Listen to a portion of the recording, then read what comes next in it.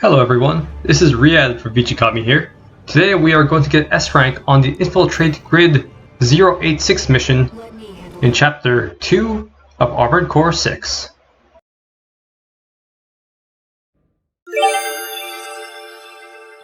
So before the mission we are going to get into our assembly. So we've got a classic double Zimmerman, double stun needle build for maximum impact, which will be very useful against mandatory targets in this mission.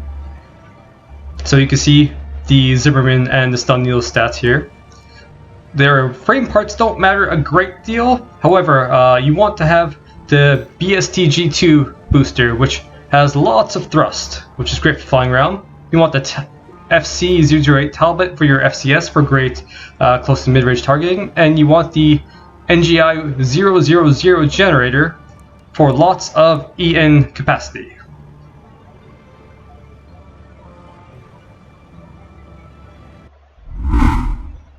Alright, we'll hop straight into this mission, and just as a small disclaimer, if you're wondering why the Armored Core in this video looks so different than the ones in the previous videos, it's because the footage was submitted by my friend and co-worker Rhett Roxel at Vichikami. Let's head toward the elevator going to the upper level. However, Rhett's gonna show us exactly what he did to get S rank on this mission, and he begins by flying straight ahead, ignoring all the minor enemies along the way, and he's gonna get straight to the Dozer fellow hanging out right here, who's a mini boss.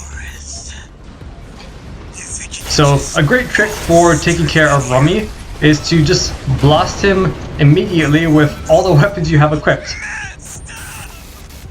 Poor Mad Stomp. I feel kind of bad, but not that bad.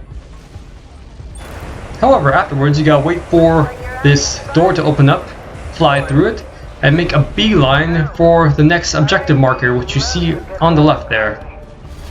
Here's where your booster and generator choices will come in handy. You can just assault boost all the way over here in 1 EN gauge worth of EN.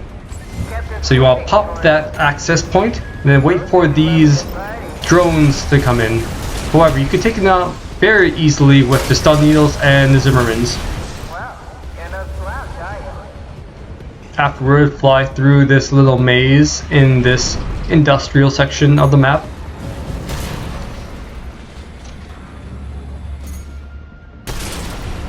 You can save a bit of ammo by not taking those enemies out, but I feel like Rhett just wanted to because using the Zimmermans on minor enemies is really satisfying. However, this fellow you do want to take out because they will get in your way as you try to ascend this shaft.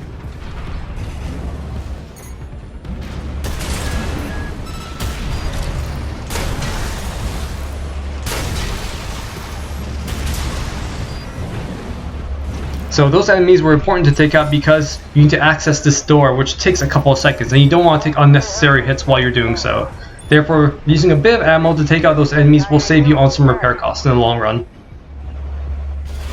Next up is the booby trap section, where Carla tries to drop a bunch of fireworks on you. So obviously this is quite easy to avoid if you know it's about to happen. You can see the fireworks, well, quote, fireworks right there. You can actually set them off and drop them on the enemies ahead of time instead of waiting for Carla to drop them. So once the fireworks takes out all the minor enemies, focus on this heavy MT with as much firepower as you desire. And there Rhett finishes off the heavy MT with a boost kick.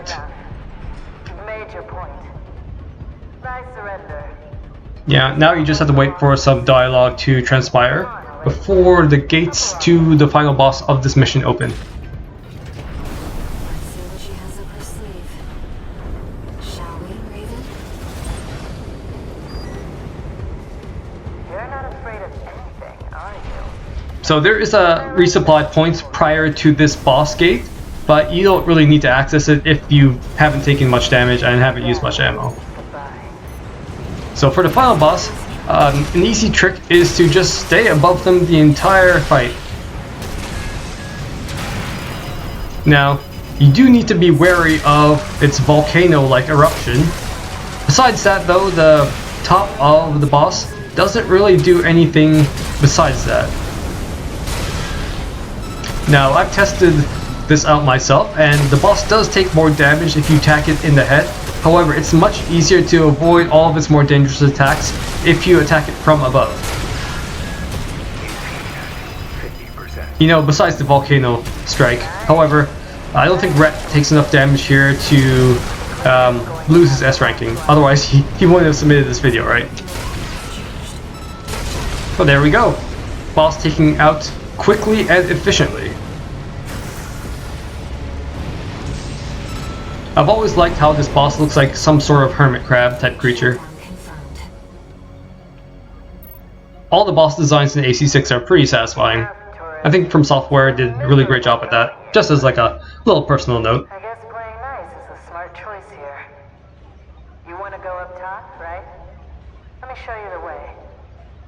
Guided tour from Cinder Carla herself. Alright, now we'll take a look at the end mission screen just so you have some frame of reference for the S rank criteria on this mission. So you want to take less than 16,000 or so in terms of damage for your repair costs, use about less than 33,000 for your ammo costs, and you want to complete this mission in 5 or 6 minutes, and you should get S rank on it. Thank you so much for watching. If this video helped you out, please consider liking and subscribing. It helps the channel out a whole lot. Until the next video, happy hunting, fellow mercenaries.